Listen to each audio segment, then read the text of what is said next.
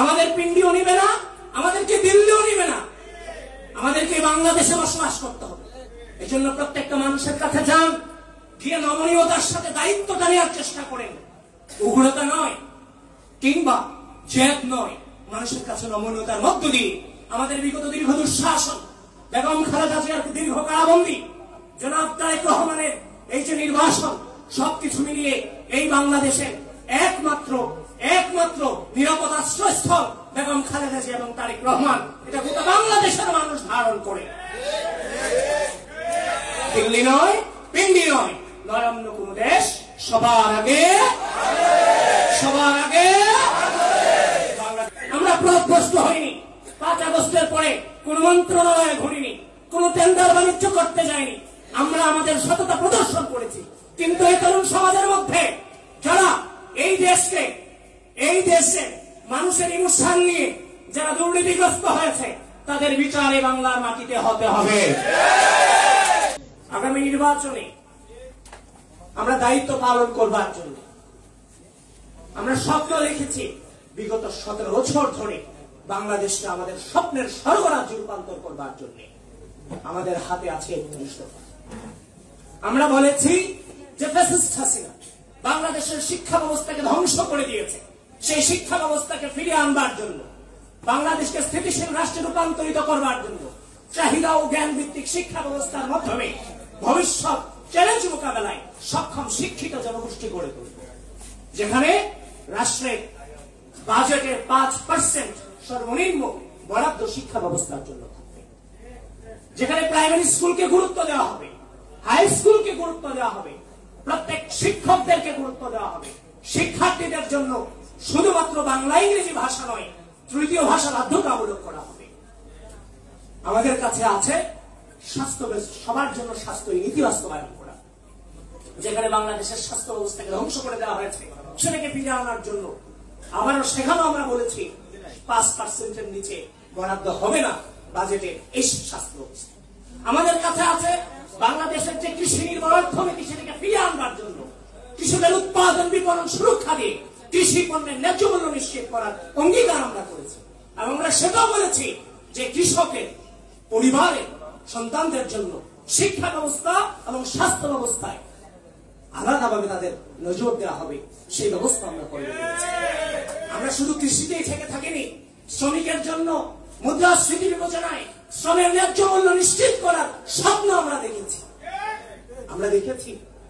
আজকে জলবায়ু নিয়ে অনেক কথা বলা হয়। আজকে আমরা বলেছি যে জলবায়ু পরিবর্তনজনিত সংকট, প্রাকৃতিক দুর্যোগ মোকাবেলায় যথাযথ পদক্ষেপ এবং নদী শাসন এবং খাল খনন কর্মসূচির কথা আমরা বলেছি। ভূমিকম্পকে ঠেকিয়ে দিব এই কথা আমরা বলিনি। আমরা আমাদের কার্যক্রম চালিয়ে যাব, চেষ্টা চালিয়ে যাব।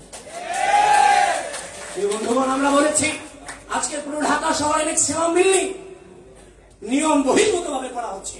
আমরা বলেছি নগরায়ন নীতিমালার ক্ষেত্রে বলেছি আমরা যথাযথ ব্যবস্থা নিয়ে আমরা নগরায়ন নীতিমালা আমরা প্রকল্প গ্রহণ করব, যেখানে কোনোভাবে আর দুর্নীতিগ্রস্তের মধ্য দিয়ে যেন কোনো বিল্ডিং করার মধ্য দিয়ে জনগণ যেন অনিরাপদ না হয়, আমরা সেটাও বলেছি। আমরা বলেছি যুবকদের জন্য আধুনিক ও যুগোপযোগী যুব উন্নয়ন নীতিমালা গঠন করা হবে।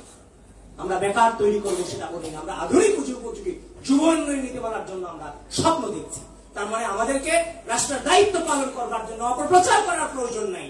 আমাদের কাছে আছে স্বপ্ন, যে স্বপ্নগুলো আমরা দেখে আসছি বিগত 17 বছর ধরে, সেগুলো বাস্তবায়নের সময় এসেছে। বন্ধুগণ, এই রাষ্ট্র বিগত দীর্ঘ দুঃশাসনে যে পরিস্থিতি ফেস করেছে, সেটা রাজনৈতিক অস্থিতিশীলতা, সে রাজনৈতিক অস্থিতিশীলতাকে মূলোৎপাটন করবার জন্য কারা সংস্কারের কথা বলেছিল। আজকে অনেকেই সংস্কার বলেন। আজকে যারা সংস্কার নিয়ে আমাদের সমালোচনা করতে চান, সেটাও তো আমরা তৈরি করে দিয়েছি বলে আমাদের সংস্কারের উপর আপনারা সমালোচনা করেন। আপনারা নতুন করে তৈরি করে যে সমালোচনা করবেন, সেই ক্যাপাসিটিও তো আপনাদের নাই। বন্ধুগণ, আমরা বলেছি হিংসা ও প্রতিশোধের রাজনীতির বিরুদ্ধে সকল মত ও পথের সমন্বয়ে বাংলাদেশী জাতীয়তাবাদী আদর্শের ভিত্তিতে একটি অন্তর্বর্তীমূলক, বৈষম্যহীন এবং সম্প্রীতিমূলক সমন্বিত রাষ্ট্রসত্তা গঠন করব এবং সকলকে নিয়ে রাষ্ট্রসত্তা গঠনের জন্য জাতীয় সমন্বয় কমিশনের কথা কারা বলেছিল 2023 সালের 13 জুলাই আমরা ঘোষণা দিয়েছি। বন্ধুগণ, আজকে রাষ্ট্রের ভারসাম্য প্রতিষ্ঠার কথা কে বলেছে? কে সেই সংস্কারের কথা বলেছে? আমরা বলেছি। নির্দলীয় নিরপেক্ষ তত্ত্বাবধায়ক সরকার ব্যবস্থা কারা বলেছে? আমরা বলেছি। প্রধানমন্ত্রীর দায়িত্ব পালনের সময়সীমা নির্ধারণের কথা কারা বলেছে? আমরা বলেছি। সংবিধানের 70 অনুচ্ছেদ সংশোধনের কথা কারা বলেছে? আমরা বলেছি। আইনসভায় উচ্চ কক্ষের প্রবর্তনের কথা কারা বলেছে? আমরা বলেছি। নির্বাচন কমিশন গঠন, নির্বাচন ব্যবস্থার সংস্কার এবং সংশ্লিষ্ট আইন ও বিধি সংশোধনের কথা কারা বলেছে? আমরা বলেছি। এই বন্ধুগণ, এভাবে মিডিয়া কমিশন গঠন, প্রশাসনিক সংস্কার কমিশন গঠন, অর্থনৈতিক সংস্কার কমিশন গঠন, ধর্মীয় স্বাধীনতার সর্বোচ্চ নিশ্চয়তা প্রদান, নারীর মর্যাদা সুরক্ষা ও যথাযথ পদক্ষেপ নেওয়ার কথা কারা বলেছে? আমরাই তো বলেছি। সবার আগে বাংলাদেশ নীতি কারা বলেছে? আমরাই বলেছি। এই বন্ধুগণ, আমাদের কাছে আছে রাষ্ট্রের স্থিতিশীলতা নিয়ে আসবার জন্য আমাদের পদক্ষেপ আছে এবং রাষ্ট্রের উন্নয়ন সাধন করবার জন্য আমাদের পদক্ষেপ আছে। এই জন্য আপনাদেরকে অনুরোধ করব, এই বাংলাদেশ যতবার ক্রসাল মোমেন্ট পার করেছে, এর ন্যাচারাল যে মর্যাদা সেটা বাংলাদেশ জাতীয়তাবাদী দল স্বাধীনতা পরবর্তী বাংলাদেশ থেকে শুরু করে আজও পর্যন্ত পেয়েছে, শুধুমাত্র তারা বাংলাদেশের প্রশ্নে আপোষ করেনি। এই জন্য আপনাদেরকে আহ্বান করব, ভোটের রাজনীতিতে নমনীয়তার বাইরে অন্য কোন সিলেবাস নেই। আমাদের পিন্ডিও নিবে না, আমাদেরকে দিল্লিও নিবে না, আমাদেরকে বাংলাদেশে বসবাস করতে হবে। এই জন্য প্রত্যেকটা মানুষের কাছে যান, গিয়ে নমনীয়তার সাথে দায়িত্বটা নেওয়ার চেষ্টা করেন। উগ্রতা নয় কিংবা জেদ নয়, মানুষের কাছে নমনীয়তার মধ্য দিয়ে আমাদের বিগত দীর্ঘ দুঃশাসন, বেগম খালেদা জিয়ার দীর্ঘ কারাবন্দী, জনাব তারেক রহমানের এই যে নির্বাসন, সবকিছু মিলিয়ে এই বাংলাদেশের একমাত্র নিরাপদ আশ্রয়স্থল বেগম খালেদা জিয়া এবং তারেক রহমান, এটা গোটা বাংলাদেশের মানুষ ধারণ করে। আপনাদেরকে সেটা ধারণ করতে হবে এবং মানুষের কাছে যেতে হবে এবং বলতে হবে, আমরা আপনাদের জন্য দায়িত্ব গ্রহণ করবার জন্য প্রস্তুত। আমরা দেখিয়ে দেব, আর এই বাংলাদেশে কোনো দুর্নীতি হবে না, আর এই বাংলাদেশের কোন রাজনৈতিক দলকে দেশ ছেড়ে পালিয়ে যেতে হবে না।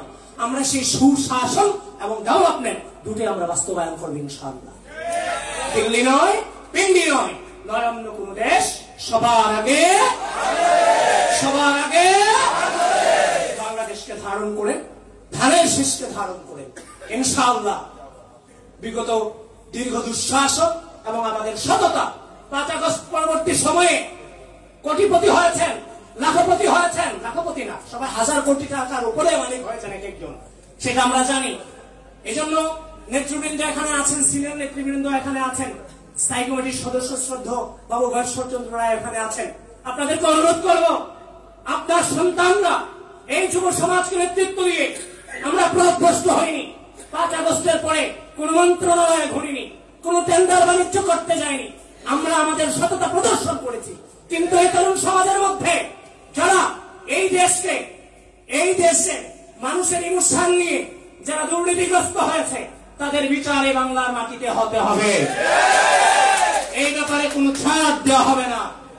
প্রিয় বন্ধুগণ, আপনারাও সৎ পথ অবলম্বন করবেন, সে আশাবাদ ব্যক্ত রেখে আগামীতে ধানের শীষকে বিজয়ী করবার জন্য ঐক্যবদ্ধ থেকে আমাদের লড়াই চালিয়ে যেতে হবে, সে আশাবাদ ব্যক্ত রেখে 31 দফা সম্পর্কে প্রত্যেকে ধারণা রাখবেন। কারণ এমন কোন সমাজের স্তরের ব্যক্তি নাই যার কথা আমরা 31 দফাতে নিয়ে আসি নাই। আপনাকে তো আগে আপনার কাছে এজেন্ডা থাকতে হবে, তারপরে আপনি রাষ্ট্রের ডেভেলপমেন্ট করবেন। সুতরাং এক দল আমাদের সম্পর্কে অপপ্রচার করে ক্ষমতায় যেতে চায়, এই দুঃস্বপ্ন ধূলিসাৎ হবে ইনশাআল্লাহ আগামী ফেব্রুয়ারি। আপনাদের সকলের প্রতি কৃতজ্ঞতা জানিয়ে আমি আমার সংক্ষিপ্ত বক্তব্য এখানে শেষ করছি। বাংলাদেশ জিন্দাবাদ, শহীদ রাষ্ট্রপতি জিয়াউর রহমান অমর হোক, বেগম খালেদা জিন্দাবাদ, আগামীর অবশ্যম্ভাবী রাষ্ট্রনায়ক জনাব তারেক রহমান জিন্দাবাদ। ধন্যবাদ সবাইকে।